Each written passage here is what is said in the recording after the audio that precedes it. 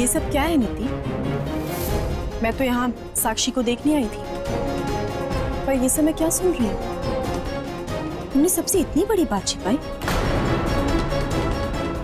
और ये विनू किस बिजनेस की बात कर रहा है वैसे?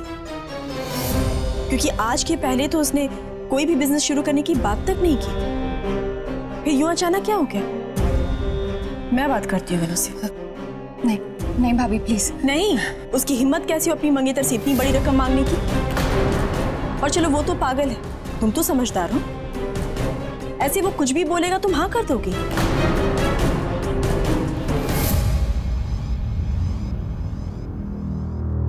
हेलो निशा, विनय बोल रहा हूँ। पैसे का इंतजाम हो चुका है, कल तक तुम्हें पैसे मिल जाएंगे और उसके बाद उस आदमी का चैप्टर हमेशा के लिए खत्म हो जाएगा। Thank you so much Vinay.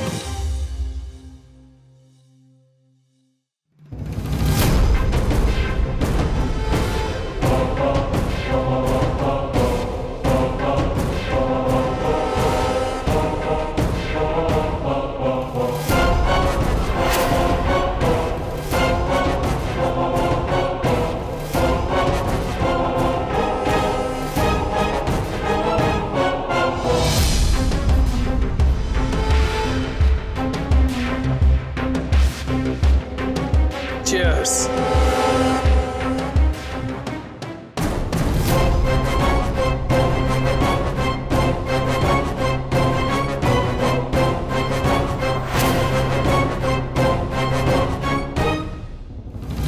Please भाभी वीनू को कॉल मत कीजिए। वीनू ने मुझसे पैसे नहीं मांगे थे। इनफैक्ट मैंने ही वीनू को ऑफर किया था कि वो मुझसे पैसे ले ले और वो मान गया। लेकिन वीनू तो मेरी हेल्प, मेरे पैसे, इन सबको एहसान समझता है। वो ये सब मुझसे कभी नहीं लेना चाहता। भाभी, मैं वीनू की मुश्किल समझती हूँ। अचानक से वीनू के ऊपर सारे घर की जिम्मेवारी आ गई और अब मैं भी तो कुछ दिनों में उस घर पे जा रही हूँ ना। मेरे साथ तो हमारा होने वाला बच्चा भी है। और भाभी, टू बी ऑनेस्ट, मैं बहुत खुश हूँ कि वीनू मुझ पे भरोसा करने लगा है, मुझसे अपनी प्रॉब्लम्स शेयर करने लगा है। और एक हैप्पी फैमिली के लिए ये बहुत जरूरी है ना भाभी। आई अंडरस्टैंड, पर फिर भी ये सब भाभी प्लीज, बहुत दिनों के बाद मुझे मेरा वीनू वापस मिला है और अगर आप अभी कुछ कह दोगे तो वो जिंदगी भर मुझ पे भरोसा नहीं करेगा। प्लीज ये मत करो प्लीज। मैं विनू को कुछ नहीं बताऊंगी, लेकिन तुम्हें भी इसके लिए कुछ करना होगा। क्या भाभी? नीति, तुम एक पढ़ी लिखी समझदार लड़की हो। अगर तुम्हें सच में विनू की हेल्प करनी है, उसे सपोर्ट करना है, तो इस बिजनेस में तुम उसका हाथ बटाओ, उसका सहारा बनो नीति, क्योंकि एक रिश्ते में ये भी बहुत जरूरी होता है। और एक बात, जितनी जल्दी हो सके तुम और विनय रौनक सर का सारा पैसा वापस करोगे, वो भी उन्हें पूरा सच बताकर। ओके? ठीक है भाभी, आई प्रॉमिस।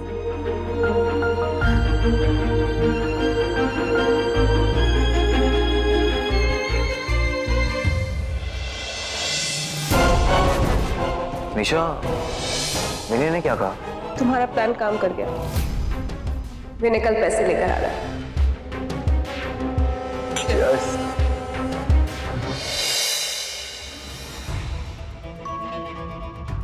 मैं ये सोच रही थी कि तुम विनय की कुछ ज्यादा ही बैंड नहीं बजा रहे। I mean, इतना पैसा। अरे बिल्कुल नहीं।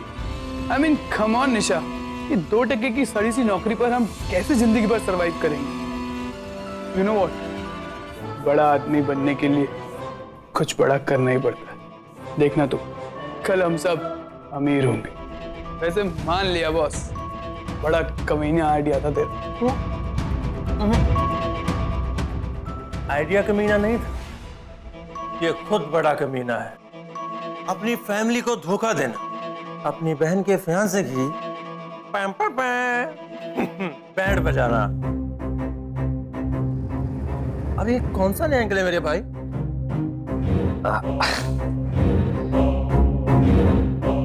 तो दोस्तों, पेश है संकेत की दर्द भरी कहानी, उसी की जुबानी, वो फैमिली नहीं है मेरी।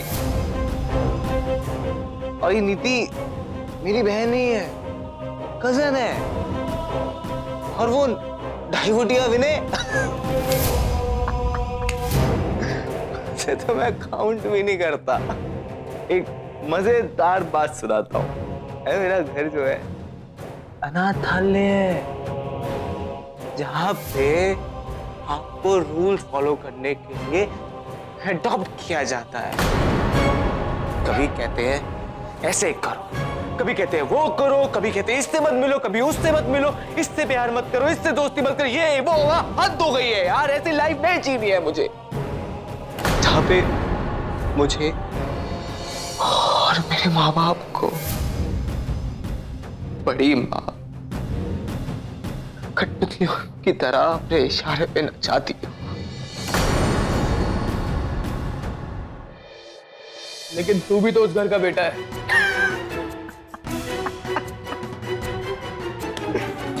उनका सिर्फ और सिर्फ एक बेटा है। उनका बेटा है रौनक।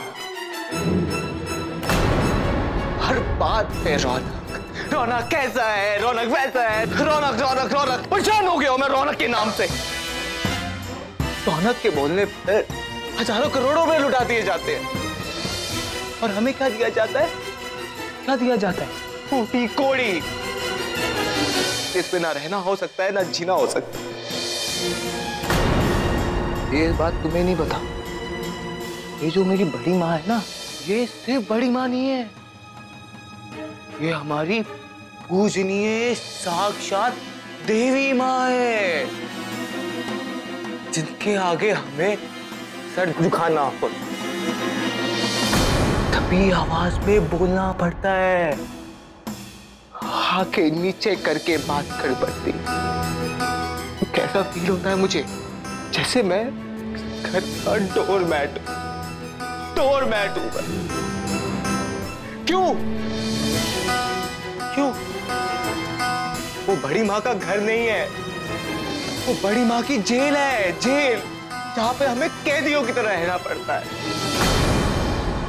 ईशा, तुम्हें पता है, मैंने जब उस दिन विनय को देखा ना, तो बहुत खुश हुआ कि चलो अब बकरा हाथ में आ गया, उसके बहाने कुछ पैसे कमाए जाएंगे, कम से कम आगे हाथ तो नहीं फैलाना पड़ेगा। जब भी बड़ी माँ से मैं चुन्नी भी मांगने जाओ ना, हजारों क्वेश्चन आते थे, किस लिए चाहिए, क्यों चाहिए, अरे भिखारी बना के रख दिया था हमें, भिखारी। और बेबी, माय बेबी, तुम्हें भी अच्छी लाइफ जीनी है ना? You also want good life, abroad trip, yacht parties and all. इसलिए सिर्फ मेरे पास सिर्फ दो रास्ते बचे थे। एक रास्ता कि मैं तुम्हें छोड़ दूं, दूसरा रास्ता कि मैं ईमानदारी छोड़ दूं। मैंने ईमानदारी छोड़ दी, क्योंकि मैं तुम्हें नहीं छोड़ सकता अनिशा, नहीं छोड़ सकता तुम्हें, नहीं छोड़ सकता मैं तुम्हें।